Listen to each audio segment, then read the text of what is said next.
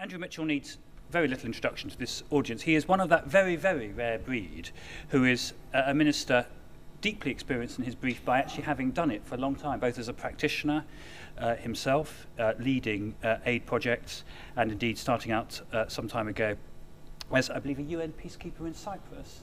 A cause dear to my heart as a Cypriot who, in my community, owe a lot to the peacekeepers, I can assure you. But also, for the whole of the last Parliament, he was the shadow International Development Secretary. In our system of government, usually, if you shadow a job, that is an absolute guarantee that you will not be given that job in government, because there's a real danger you might know something about it. Something happened. I don't quite know what came to pass, but he clearly so impressed the Prime Minister with this combination of grasp of his subject, but not too much of an impression of being part of the establishment in that area, that he's actually doing the job in government too. And that's, I think, great for the international development community. And we're delighted to have you here this evening, Andrew. Before Andrew speaks, I just want to also welcome and invite Prema Gurunathan, who is Chief Executive of the Young Professionals in Foreign Policy organisation, which we're hosting this event jointly with. And she'd like to say a few words of welcome as well. Obviously, 30 seconds worth of words. We just want to say we're very pleased to be partnering with the Institute for Government today to host this event. And we're delighted to also host the Secretary of State for International Development, who, despite his wealth of experiences and put it, still got the job. And we're looking forward to your remarks on this important issue, which is of interest to many of our members. Thank you. Shall I go here? Yeah.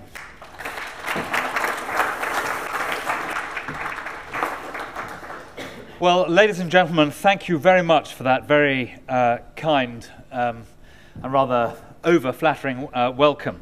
I will talk for about 10 to 15 minutes, and then looking around this room where I see much expertise and interest in this subject assembled, I think these occasions are always enriched by us being able to have a sort of question and answer session and a comment session as well from some of those who are here. I don't know whether longevity in this job makes you better at it or not. I'm sure there are arguments both ways, but the difference, of course, is that if you have had the opportunity to shadow a brief in opposition, there is nothing to be said for opposition. Opposition is absolutely bloody. But the one thing is that you have a chance in slow time to go and sit at the feet of the experts in any particular area. And also, in my case, to travel. I visited something like 38 countries, most of them very poor, always with a theme in mind. And I've never forgotten going, for example, to Mali to look at the plight of the cotton growers. This is one of the poorest countries in the world. And traveling from Bamako up off the beaten track, miles and miles, about half a day, deep into the cotton belt. And of course, this is an area of deep poverty where 10 million people across sub-Saharan Africa seek to earn their living by growing cotton. And going into the cotton-growing community, none of whom had any form of formal education, every single one of the basic necessities of life was lacking. And yet, these farmers, through a translator, understood absolutely why it was they couldn't sell their cotton for a living wage because of the protectionist policies, largely of the United States of America, which at that time was spending $4 billion a year subsidizing 25,000 cotton growers in the south, and indeed some of the southern Mediterranean countries as well. So in opposition, you have the chance to think about these things. In government, as Andrew will know better than me, you're spending so much time fighting fires and keeping up with what is going on. You don't have time to think about these things. And it means you then arrive in the department and you have the temerity to say to the officials, these are the issues. And of course, if you are reshuffled, you then have to go off and ask the officials what the issues are in the department.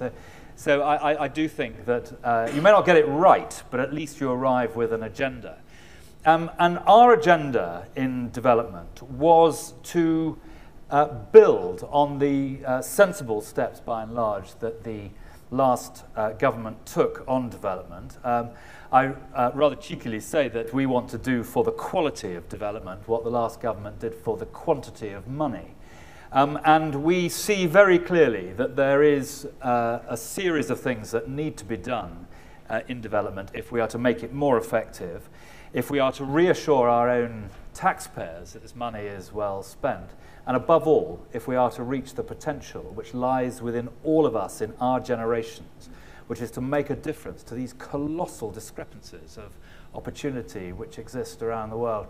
I was in Sudan recently, in South Sudan, this new nation that will be born on July the 9th. And this is a country which has the chance to make more progress against the Millennium Development Goals than any other country on earth. Why? Because it has income of $1.7 billion from oil wealth, and yet on every single indicator, it is one of the least developed places on the planet. This is a country where a girl born today has more chance of dying in childbirth than of completing primary school.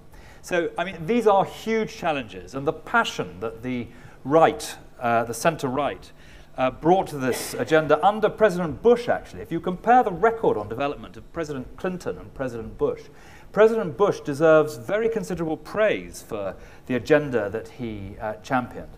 And we want the same passion that traditionally was on the left, which I believe has now moved the whole way across the political spectrum, to be deployed in our generations to make the progress which I set out. Now, how do we do this? I think, first of all, we do two things. The first is to focus absolutely ruthlessly on the results of what we are seeking to achieve. And secondly, we set up the independent evaluation of aid, without which British taxpayers simply will not accept a rising programme. And the scale of what we are seeking to do at a time of considerable economic difficulty, where defence has been cut, the Foreign Office has been cut, many other departments across Whitehall has been cut, and the development budget is not only one of only two budgets that is ring-fenced, but is set to rise to meet the pledge made by all parties to reach 0.7% of gross national income spent on development from 2013. You will never maintain public support for that unless you can demonstrate that the money is really well spent. And that is why we have set up the Independent Commission for Aid Impact, chaired by one of Britain's most distinguished accountants, so that the public do not have to rely upon the word of a feckless minister, but can rely on independent evaluation, reporting to Parliament, not to the executive, reporting to the International Development Select Committee, giving that critical degree of independence. Not everyone in the development community agrees with this approach. I tell you, without qualification, that it is absolutely essential. But the results focus is equally important. We move away now from the old way of doing development, where you sought big headlines, mega bucks thrown across the newspaper headlines, prime ministers going for half a day to Maputo to announce $500 million on primary education. We focus on the outputs, how many schools you build and how many teachers you train, and even more important, the outcome of how many kids get a quality education. And we set up, immediately we came into office, 3 reviews. All 3 have reported. The bilateral aid review, which looked at where we are focusing, reduced the number of countries where Britain has a bilateral programme from 43 to 27, stopped on day 1 aid to China and extraordinarily Russia, but continuing aid to India, a difficult decision, but absolutely, in my view, the right decision to make. And also what we were going to do in each country, and I will come on to that point in a second. The other review that we set up immediately was the multilateral aid review, looking at all 43 of the agencies, the multilateral agencies through which Britain and British taxpayer channel funding, asking how effective they are and evaluating them all in a very open and transparent way, putting the results on the net so that everyone could read what they are. And in some cases saying, for example, UNICEF is delivering really well and we will double the core funding from British taxpayers for UNICEF. And in the case of some others, that they would either be placed into special measures because what they're doing is so important to us, but they're not doing very well, or indeed no more funding for them at all. And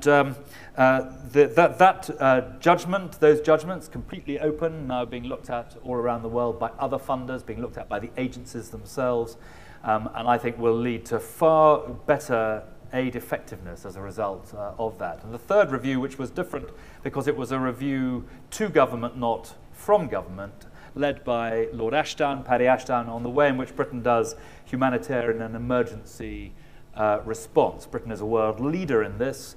We are good at it. We can, of course, be better, and the international system doesn't always work as well as it should in that area, and we will be giving our response to that excellent report of Lord Ashdown shortly.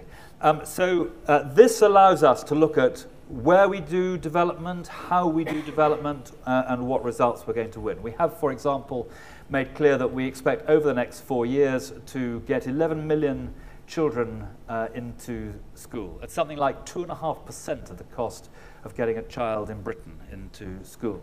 Some 9 million kids into primary school, 2 million into secondary school, and half of them at least being girls. One of the most transformatory things you can do in development is to get girls into school. It transforms societies over a period of time, and everything we know about development insists that you put girls and women right at the centre of all development policies. We expect to get clean water and sanitation to more people than live in the whole of Northern Ireland, Scotland and Wales. We expect to be able to vaccinate more children than the total number of children who live in Britain over the next 4 years. In fact, we expect, as a result of the replenishment which Britain is leading for the Global Alliance of Vaccines and Immunisation, to be able to vaccinate something like 250 million children in the next 4 years, saving countless of young lives in very poor parts of the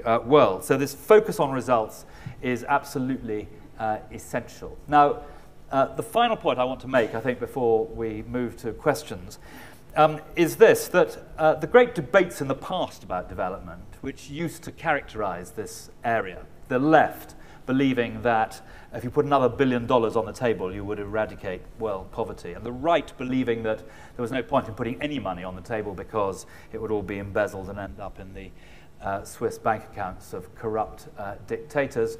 Those days have sort of gone. Not entirely. There are still people in both those two camps, but by and large, most people now can camp on this ground, that in the end it is conflict, above all, which condemns people to remain poor. If I think of that camp in Darfur, which David Cameron and I visited in 2006, for as long as the conflict continues, no matter how much access to aid and trade and the whole paraphernalia of development the people in those camps have, for as long as the conflict continues, they're going to remain poor and frightened and miserable and angry.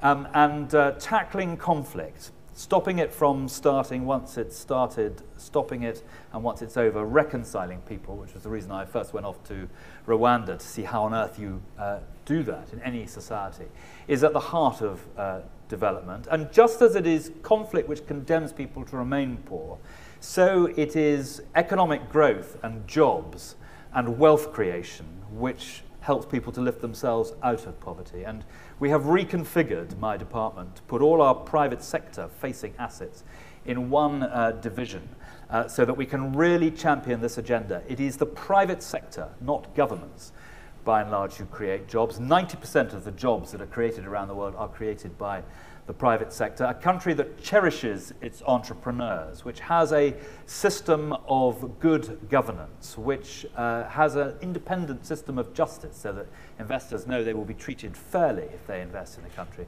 These are the key ways in which people lift themselves out of poverty. It is not our aim to export the welfare state to Africa. It is our aim certainly to ensure that basic services reach areas where they aren't today, but in the end it is the wealth creation and economic growth which are the key determinants of poverty levels. And then, of course, thirdly, the importance of funding. I think everyone can camp on that ground. Aid spent well creates miracles. There are something like 5 million kids in school in Afghanistan today, 2.25 million girls in school who were none of whom were in school under the Taliban, who are in school thanks to the international aid effort, and we have managed to eradicate smallpox. We're well on the way to eradicating polio as well, thanks to international aid. But it must be spent well, which goes back to where I started. Let me just end on this point. We have a number of key things which we want to see achieved over the next 4 years. First of all, we want to see real progress made on the fight against malaria, which every day kills thousands of children. If 3 children died of malaria in my constituency, it'd be a front page story on every newspaper in Britain, top of every broadcast. And we are absolutely determined to seek to reduce by 50% in the 10 most affected countries the level of malaria over the next 4 years. It is an absolutely critical requirement of the government. And secondly, as the Prime Minister announced at his first G8 summit, we are determined to make progress on maternal mortality. 1,000 women die every day in childbirth. That's something like 1 every 90 seconds. We have the capacity to make huge progress on this in the coming years, and we're absolutely determined to do so, as our Prime Minister set out. And we had the big Millennium Development Goals Summit in New York, where we made clear, all of us together, that we would save the lives of thousands and thousands of women in childbirth and of the children as well.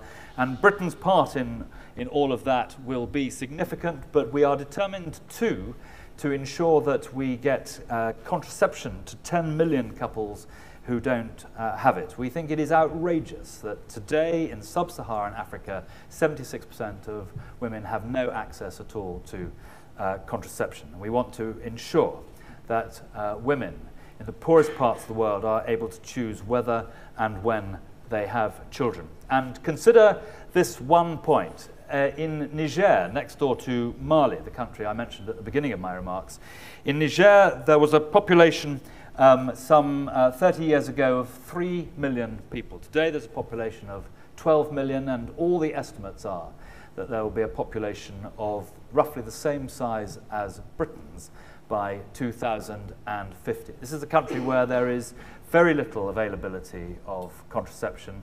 It's one of the poorest countries in the world. It is economically very insecure. It is food insecure, and it is politically extremely insecure as well. And we have to make progress on this issue. It's absolutely fundamental, in my view, in development, and it speaks to our agenda, where you put girls and women at the center of your development policies if you want to make real progress.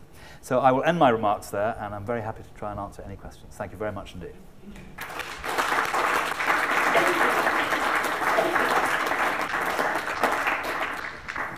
Happy to take questions from now. Yeah. Gentleman at the back, near the back. Hi, my name's Chris. I work for a peace-building NGO called International Alert. Secretary of State, you obviously mentioned conflict. In fact, you talked at some length about that. It strikes me that there's a conundrum for you, which is the pressure that you rightly talked about from the public for results, and the economic situation in which we find ourselves is only going to get greater in that respect. So therefore there's a pressure for results, and results fast, I would say. And yet in conflict and fragile affected states, as we saw from the recent World Development Report, progress is likely to be slow and over generations rather than packets of 4 or 5 years. And in particular, institutions which are going to be required to deliver the sort of private sector growth that you talked about, particularly the legitimacy of those institutions, which I know you've talked about previously in other fora. The previous government were very good at investing in institutions, but they perhaps weren't so good at ensuring that the way in which those institutions were viewed by the people that they were there to serve, and that resulted in people perhaps not engaging with those institutions. So nearly 80% of the cross-border trade with DRC, for example, is illicit, because people don't regard the customs institutions along the border as particularly legitimate, so they avoid it.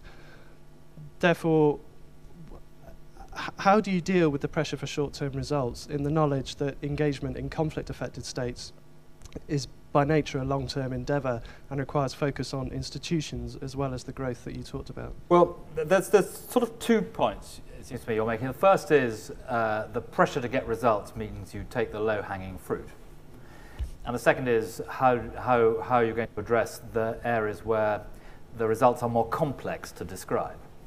And I think there is a very clear answer to both. The first thing is that my appeal for results is not an appeal for the low-hanging fruit. Let me give you an example of that. If you take education in Rwanda, you can probably get kids into school for £25 a year each. In DRC, it's probably £125, but £125 may be better value in the DRC than they are in the £25 is in Rwanda. So I think the British public will completely understand that, and they will take. You can get that point across.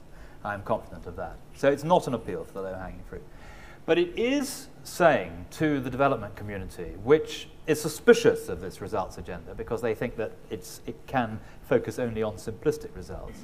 And what my answer to that is, if you cannot explain to me why you are spending £100, £1,000, then I won't be able to explain it to Parliament or to taxpayers. And my experience is that if you pin down the very clever people that populate this sector, and you say, explain to me what you are doing and why it's worth doing, then they can give you an answer, actually. And I remember having a wrestling with an official about Mozambique, explaining to me the program for trying to particularly get child soldiers to do something more productive and get into training. And as I wrestled, the official said, what we're doing is we are taking the Kalashnikovs off them and giving them farming equipment. And of course, that is highly figurative. It's swords into plowshares. You can sell that to people. So my answer to your question is that on building conflict resolution, on building good governance, these things can be explained in a results-focused way, and if they are explained, then the public will accept it. Right at the very back. Roy Anderson from Imperial College. I work in the sort of global health side in delivering neglected tropical disease control in Africa. Two questions. Very quick one. You didn't expand on the logic behind continuing aid for India, given this year's 9% GDP growth and so on. So just to be interested in the internal logic on that. Second question, a more serious one. It's to do with those who work in Africa often find that the deep problems are due to logistics. So in Uganda you might find 110 NGOs delivering HIV control. And you think of the logistics of each of their vertical programs, and you think, God help us, you could save huge amounts of money in delivering a horizontal program controlled by one central organization. So the question to DFID is, do you think this is something you can take up? Is to try to provide, in the neglected tropical diseases, we again have hundreds of NGOs. What one needs is some central control to improve the efficiency of delivery. Well, on the second point, we are looking very specifically at neglected tropical diseases and considering what further work we might do to drive real value in that area. And we haven't yet reached our conclusion on that. I think that what you say is clearly true. If you have a horizontal model in Britain, that will clearly be the right answer. The problem is that in many parts of the developing world, the theory does not correspond with the practice. So I am cheery of that sort of argument. However, in terms of getting greater coordination across the sector, we've been looking at this very specifically in the case of South Sudan, where there's going to be a tsunami of donor support they set up. And we've got to have coordination. And in the Troika, we've agreed that the Americans will coordinate and that Britain will address an anti-corruption structure, and that the Norwegians will address oil issues. And I'm very intent, I said this at the development meeting in Brussels yesterday, I'm very intent on trying to ensure that everyone does coordinate and that we don't have people piling in and doing their own thing. So I am with you on the danger of having, if you like, the sort of Haiti effect, where everyone in the aftermath of the awful disaster arrived there and did their own thing. And the result was there was a form of stasis across Haiti in those early months when very little was achieved at all. So I am cheery of the model which you described, but I do accept that you have to have much greater coordination and burden sharing amongst those who are trying to help, and much greater discipline as well. On the subject of India, I mean, it would have been very easy for me to say we're going to stop the program to India. It would have been totemic. The Daily Mail would have loved it. India has always been our biggest program, forever, I think. I looked at the facts, and the fact is that is the wrong decision. Someone once was asked why they robbed banks, and they said because that's where the money is. India is where the poverty is. There are 7.5 times the total population of the United Kingdom in India living on less than 80 pence a day. There are more poor people in India than in the whole of sub-Saharan Africa. And this is a country with whom we have deep and historic links and very strong ongoing interests. We have, as a country, a very strong incentive to see a prosperous and successful India, which will enrich them and us. And the development program is a minor part of that orchestra.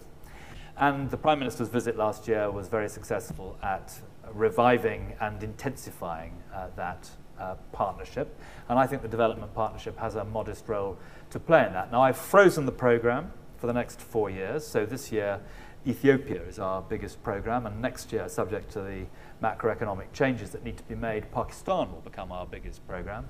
And half of the funds that the British taxpayer deploys over the next 4 years will be in private sector pro-poor investment and development. So the program is changing, but in my judgment, now is not the time for us to leave.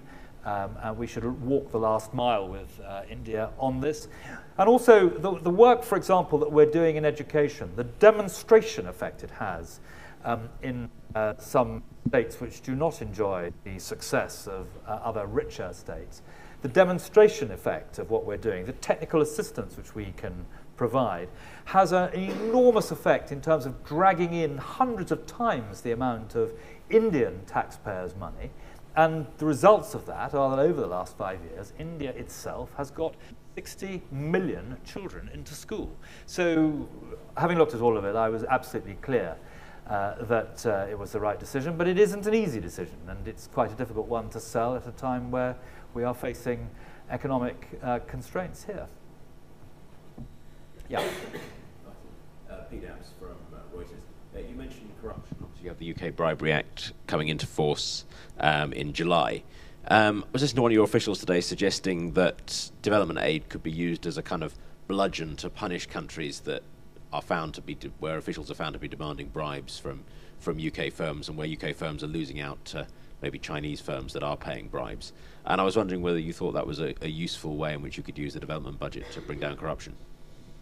Well, I think the Bribery Act is a very important moment, really, for all of us. Britain was lagging behind.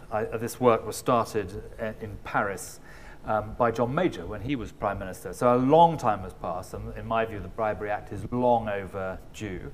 And it is, after all, not a particularly controversial point to make, that just as British business would not regard it as remotely acceptable to bribe a British official, so that logic also ought to apply across the poorest parts of the world. And we really don't want British taxpayers' money used to build good governance and anti-corruption and not have that priority reflected in our domestic law.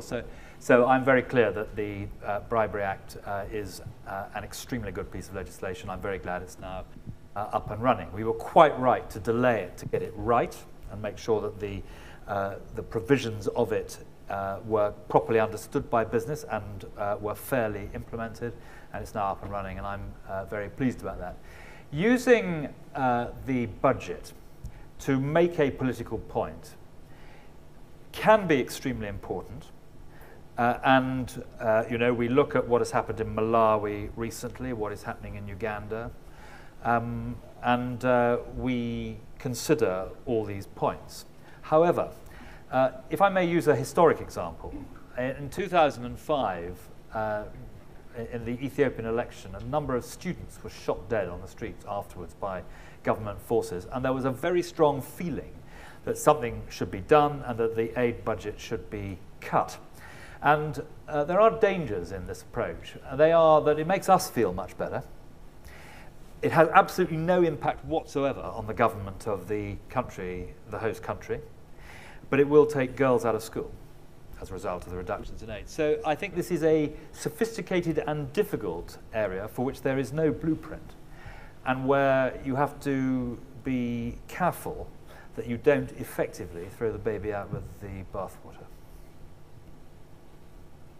Yeah.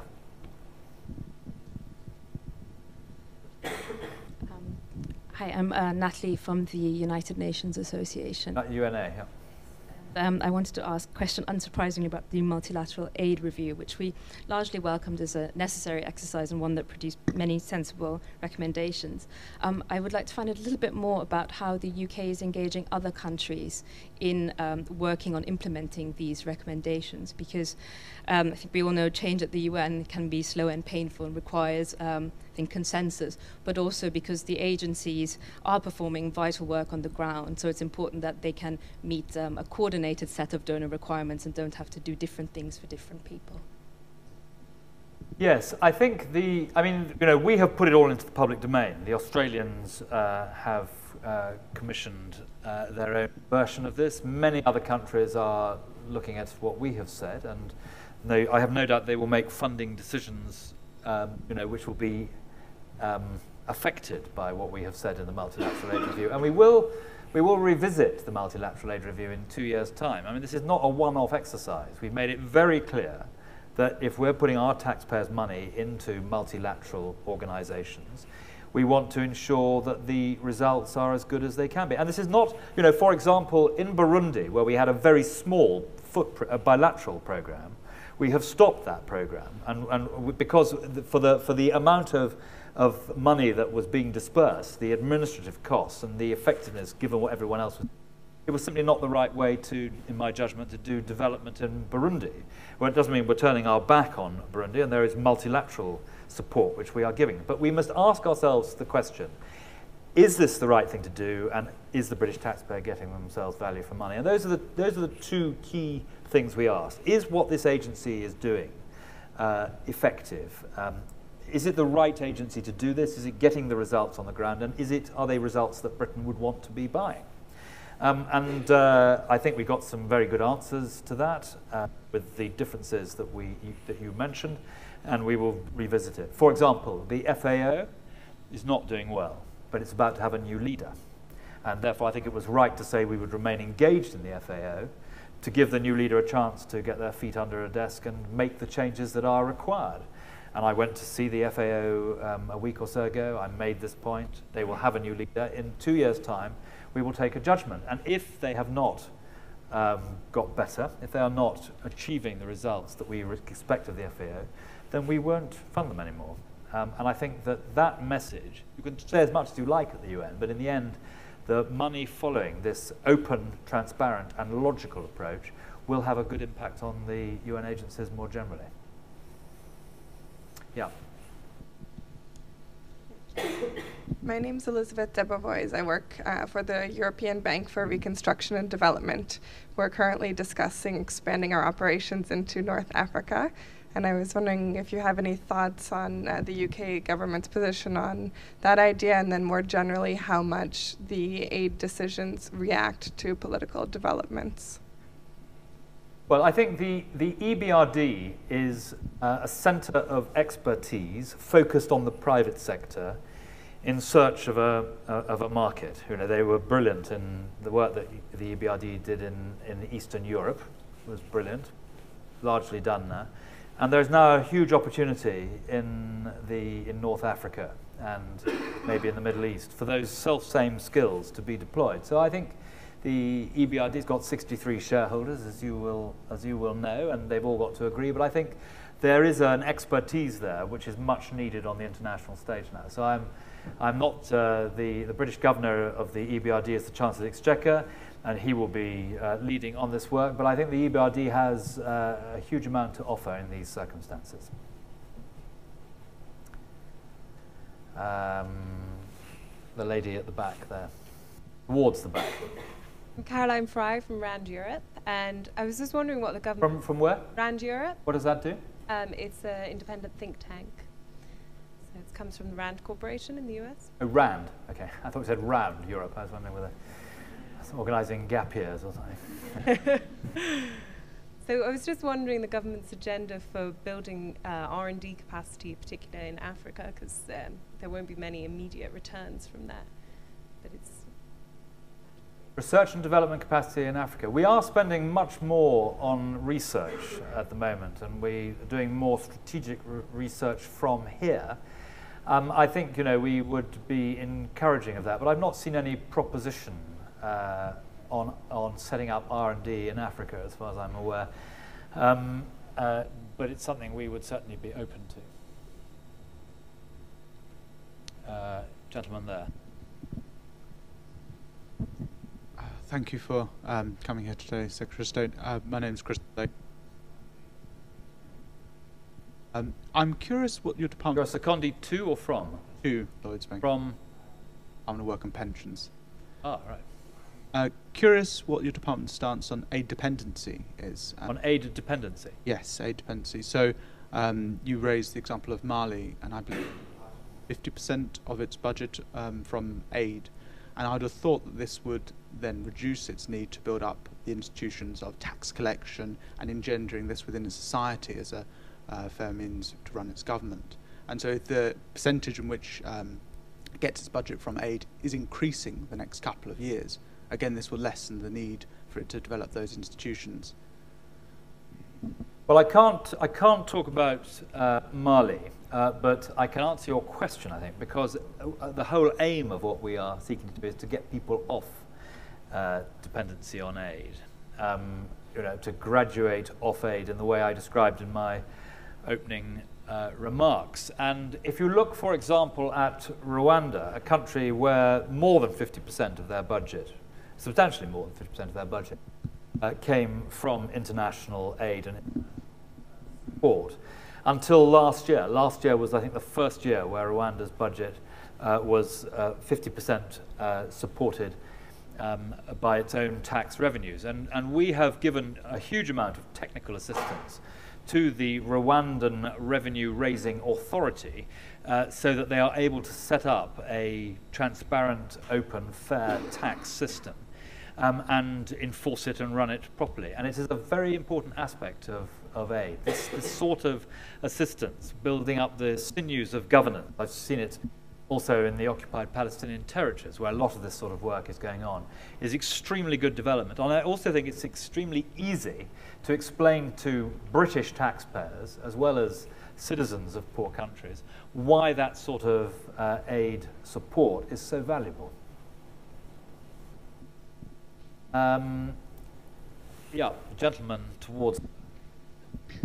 Thank you. James Owen, Ministry of Justice. From? Ministry of Justice. I just wanted to ask about if you could go into a bit more detail about how your projects and programs are evaluated, like what kind of time frames you work on, how long do you wait for that, and how do you ensure that some of those programs that won't necessarily offer as much value for money as others, how do you ensure that they stop when the funds move on to something else? Thank you. Well, we are beefing up significantly our internal evaluation, our ability to evaluate within the department. But the most public-facing aspect of this will be the Independent Commission for Aid Impact. And what the Independent Commission is designed to do is to bring together two different streams of evaluation skill. The first is if you like, the bog standard value for money, accountancy-driven approach of what you are getting for your taxpayers' pound. And the other stream, which you find, for example, in IDS down in Sussex and ODI across the bridge here, is the development expertise on evaluation. And in order to get proper evaluation, you need to meld those two together. Because a lot of development is long-term. You can't see the results overnight. But if you pull those two strands together, you're in a much better place to explain to the public why the expenditure is well justified. The gentleman over the back against the wall. Thank you very much. My name is Kimiya Kijin. I'm from Japan International Cooperation Agency, so I'm not young professional, sorry. But well, I know that the UK is a champion of donor coordination and harmonization. And I have 2 questions. One is, what is the strategy to involve, to bring China into donor group after cutting the aid to China? And second point is, I would like to have a possible hint to promote the collaboration between UK and Japan in the development field. Well, thank you very much on your second point. We have had conversations with the Japanese development authorities. Of course, we were supporters in the awful aftermath of the earthquake, sending our own rescue services at the request of the Japanese government. And I've had discussions as well with leading figures in Japan on development. And we would like to cooperate together. And we would very much like Japan to play a role in the Global Alliance and Vaccines Immunization Replenishment as well, which we hope Japan will join us in contributing to. Your first point was really on donor coordination and effectiveness, I think, and what was going to happen with China. I think that we look to Busan later this year, this meeting which will build on the meeting that took place on aid effectiveness in Paris and then in Accra. We don't want to sort of have every few years another code of practice on aid effectiveness. I think we should each time build a self-standing approach to this, and I hope that Busan will help take that forward, and I hope also that it will involve some of the non-traditional donors in its thinking, like China. My own view about China is that we need to cooperate far more together. If you look at the WikiLeaks document that was published, it's clear that China likes working with Britain on development and is intrigued by quite a lot of the things that we do. I think cooperating with China, we're doing it in the DRC, trying to ensure that we work together and learn from each other, because a lot of what China does is good development. When the Chinese premier called the heads of state of all African countries to Beijing and promised to increase by $100 billion a year trade, that was an extremely good development outcome. The question is how they do it, how transparent they are, whether we can persuade China that in the end the transparency agenda is one they should embrace and not push away in their long-term interests. That will be very important to how we proceed. But I want to do more with China. I will be going there later this year, and I'm intent on making sure that we cooperate, particularly now we don't have an aid program in China, on the things where we both have strong interests, like trade, climate change, and so forth, and that we have these high-level discussions, particularly where we agree, so that we can have an impact, both of us together, on some of the negotiations that are taking place. Gentleman at the back.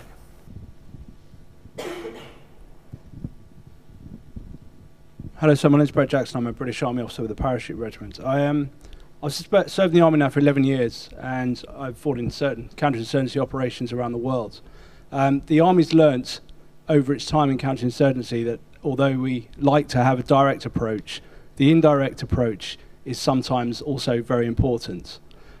How much work are the government now doing within international development to have an indirect approach over the direct approach, for example, throwing out contraception and giving out bags of rice? And the examples I use, for example, you say about females in schools in Afghanistan. That's one thing to build a school. How much work are we doing to convince the local leaders in the poorer areas of Afghanistan to agree with having females in school? And the other one I use is, for example, how much pressure are we trying to put on, for example, religious organizations in Africa who are still actively discouraging people to use contraception due to their religious beliefs and not necessarily common sense? Two very big questions there. I mean, the arrival of the National Security Council, on which I sit, makes for much more effective wiring together of defense, diplomacy, and development. And at the first meeting of the NSC, I made the point that in the end, our security in Britain is not only maintained by tanks and battleships, it's also maintained by training the police in Afghanistan, building up governance structures in the Middle East, and getting girls into school in the Horn of Africa. And I think there was sort of general agreement with that. Building a school is not really development in Afghanistan. Development is when the teacher retires, that there is another teacher to come and take their place. And in my experience, the army today is much more, is way ahead of many of the politicians in understanding development and understanding what needs to be done. In respect of your last point, I spent a rather dispiriting morning at the Vatican a couple of weeks ago, having exactly the discussions which you described, and there is a disjuncture between the high command of the theological interpretation and what is actually happening on the ground. And the best way I can explain this is one of the very first visits I did was to Masako Hospital, run by an absolutely brilliant organization called the Medical Missionaries of Mary, which is a CAFOD, a Catholic charity. And I met there a nun who was 80 years old, who had been in Uganda for 50 years and had received the OBE the previous year from Her Majesty. And taking all my courage in both hands, I said to her, what do you do about condoms? Because, you know, this is a part of the world where women are desperate to be able to exercise some choice over whether and when they have children. And she said, we have absolutely no problem at all. We give out condoms with the milk. You know, there's no question about it. And I said to her, what does the priest say? And she said, oh, the priest understands completely. And I said, what does the bishop say? And she said, the bishop just doesn't want us to, you know, wave it in his face. He knows it's going on. He does not want us to make a fuss about it. And I said, and what does the cardinal say? And she looked genuinely upset. And she said, the cardinal burns condoms to warn the faithful that it is the way to perdition. And that, of course, is the dilemma of the Catholic Church. On the ground, all around the world, people are absolutely ignoring the teaching on this subject. And in some of the most difficult parts of the world, the Catholic Church is delivering health and education where no one else is. So, you know, they're absolutely brilliant at that. But on the other hand, they also have this teaching, which I believe, and you know, we have to be open about this, is deeply inimical to development and the rights of women. Yeah. I think I've got time to just two more questions. Why don't we take both those two, and I'll have a crack at both of them. Thanks. James Rowe from the British Council. President Obama today asked for investment in Tunisia and Egypt, but acknowledged that there was a deficit of trust across North Africa and the Middle East towards the West. And I'd be interested to hear your views on the use of aid to build trust. The use of? The use of aid money to build trust. Okay, and the other? Yeah.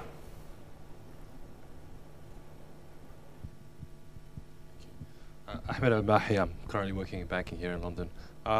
My question relates to something you mentioned a little bit earlier, and I wonder if you could give us an update on the progress that your department is doing in terms of reorienting the private sector's focus, or the private sector parts of your departments and their focus, especially since you mentioned entrepreneurship. And we'd just like to get an update on how that is progressing. Thank you. Okay. What is required in the Middle East, the point that Obama made in this brilliant speech he made this afternoon in Westminster Hall, is that we should encourage the economies to develop. That's partly about the sort of work that the EBRD can do. It's about the multilateral agencies, the IFIs, the international and independent financial institutions getting involved. There isn't a shortage of money around. There's a shortage of technical expertise, where I think the Prime Minister will have something to say about Britain's support for that at Deauville. But by and large, you know, the European Union has got something like $5 billion of euros of south-facing neighbourhood funding which can be deployed. And the most important thing the European Union can do is to open up its markets. You know, the irony is that some of the southern European EU states who are most worried about immigration coming from North Africa are the least willing to open up their markets. And as someone said, I think it may have been the Deputy Prime Minister, they've got a straight choice. It's either going to be people or goods. And in my view, the European Union has a huge opportunity here to make a really big, decent offer to some of these countries to buy what they produce, to help develop that by which economic growth and wealth creation take place. So I think opening up markets and using these structural funds sensibly is how we can put some flesh on the bones of what President Obama said this afternoon. In terms of the private sector point, as I said, we have set up a separate division within the department in which all our private sector facing assets will rest. We expect to recruit significantly people with private sector related skills. And this is quite a big change in the DNA of the department, and it is happening. We are refocusing CDC, which I think has lost its way in recent years, to make it a really effective development finance institution.